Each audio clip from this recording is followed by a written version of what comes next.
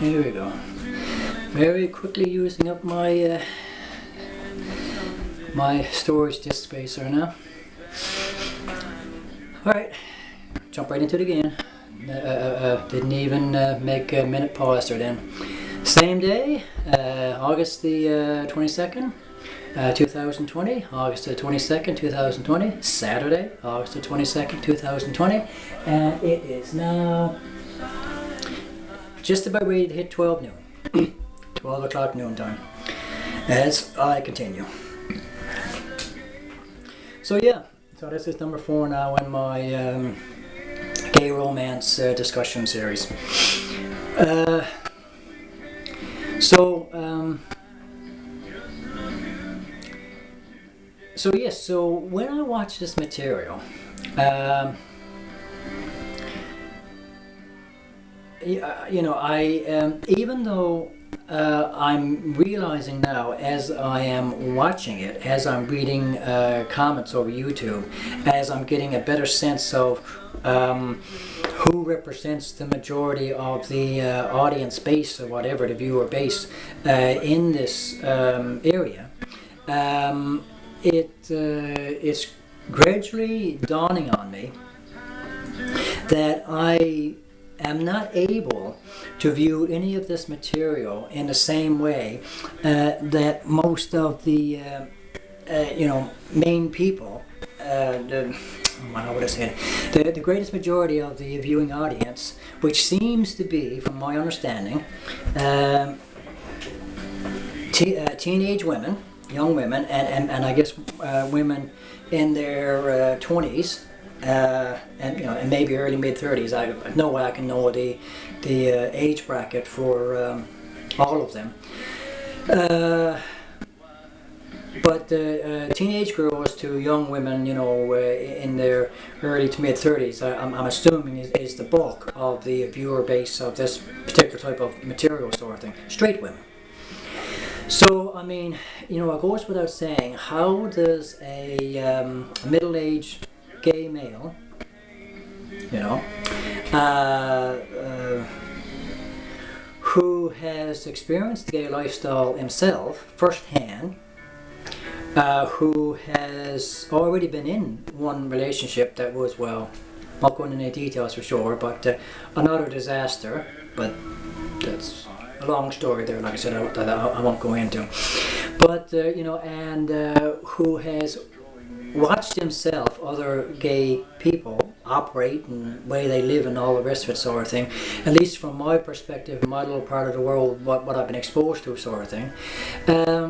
How can I sit down and watch these series that is supposedly very, very loosely gay oriented, and knowing what I know and knowing my own feelings about what I would want in a relationship myself with another guy,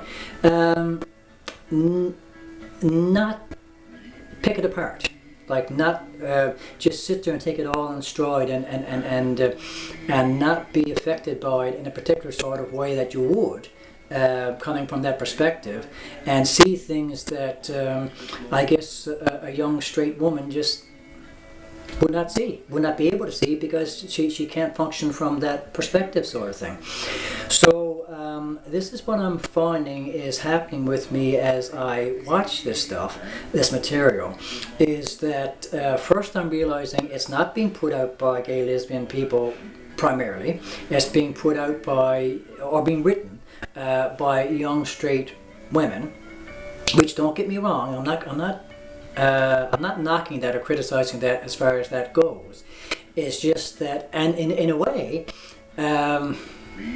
I could be flattered by it, that there are straight women out there that have that kind of interest in gay lives, you know, that they would actually take the time to write material, write whole series, whole books and whole novels and series of novels and all the rest of it on that particular theme.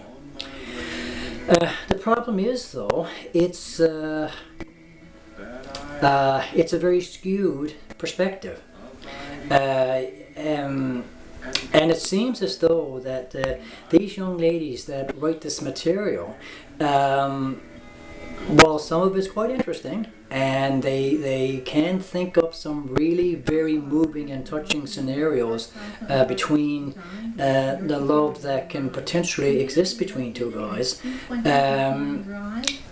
There's a lot of stuff within these series that I'm just really not sure accurately reflects gay lives in the real world, sort of thing. And so for someone that wants to see himself reflected well and accurately in this genre, and who only sees himself very, very loosely reflected in it as to what I'm aware could be the actual facts of things, sort of thing, a way a relationship would actually unfold in real life. It's a very bittersweet experience, sort of thing. It's very frustrating. It can be enjoyable at moments. It can be extremely frustrating at other times, and sometimes even extremely highly disappointing as well. And so what I've been finding is that even with the series that are highly recommended by other people as being the better bought by love shows and all the rest of it, when I get around to watching them myself, I see things that I guess the others haven't seen. I notice things the other people that have watched it, highly recommend it, have not seen themselves, and not taken notice of in the way I can take notice of it, sort of thing. And so as I go through this now, because I don't want to give up watching these series anytime soon, and they're constantly putting out new ones, so I mean there's new material to constantly be checking out and all the rest of it. I don't want to stop watching the material because I know I might come across some really good stuff eventually, but also I'm hoping that I can somehow be, in my own little small way, an influence in this genre.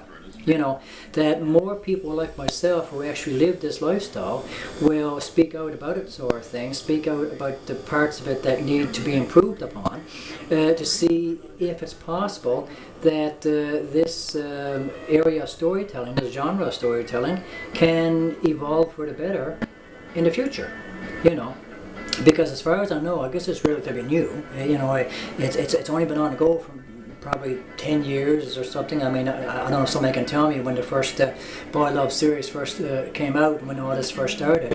Maybe they've been writing the novels and everything forever, for all I know. I mean, because again, like I said, it's something completely new to me in that sense of being aware of that particular genre of storytelling from this particular group of people. Okay, so I'm still learning as I go along, still finding out things as I go along. But as far as where it's been taken so far, and social media websites like YouTube and so on, being a primary avenue of getting that material out there to a broader audience, I would say it's relatively new. A relatively new phenomenon, sort of thing. Maybe not even going back much more than 10 years, if that. So I guess what I'm trying to say is that everybody's still kind of getting their feet wet, in a sense, as to how to put this stuff together and how to help this particular industry, this particular genre of storytelling, to change and to grow and to evolve over time, And so, I mean, I'm hoping that someone like myself can maybe play a little part in helping that to happen by sharing my viewpoints, and hopefully somebody taking notice of those viewpoints at some point and taking note of them, and when they write their own series at some point, say, okay, well, this is one gay guy's perspective here that I need to kind of like take note of, amongst others, if they want to check out other gay guys' opinions and so on, that as resource material when they are writing their stuff, to try to make it a little bit more accurate, And that only seems perfectly reasonable, to me.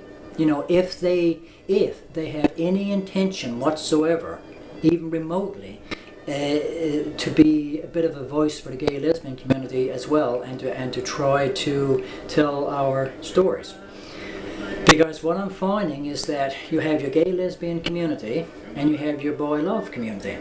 And while the two focus on gay material, gay lifestyles and all the rest of it, the two communities are not necessarily, you know, like interlocked. Chuck the countertop there then, guys, sorry. You would, if you were to see how I got this rigged up here, you laugh. I got my camcorder very precariously situated here that it could fall off and break on me at any moment, worse than it already is. Anyway, you know, if they have that interest in doing that, I mean, you know, they should take the time to listen to people like myself and so on and so forth. Alright guys, I'm going to have to shut it off again and continue on in a moment. God bless, take care, out for now.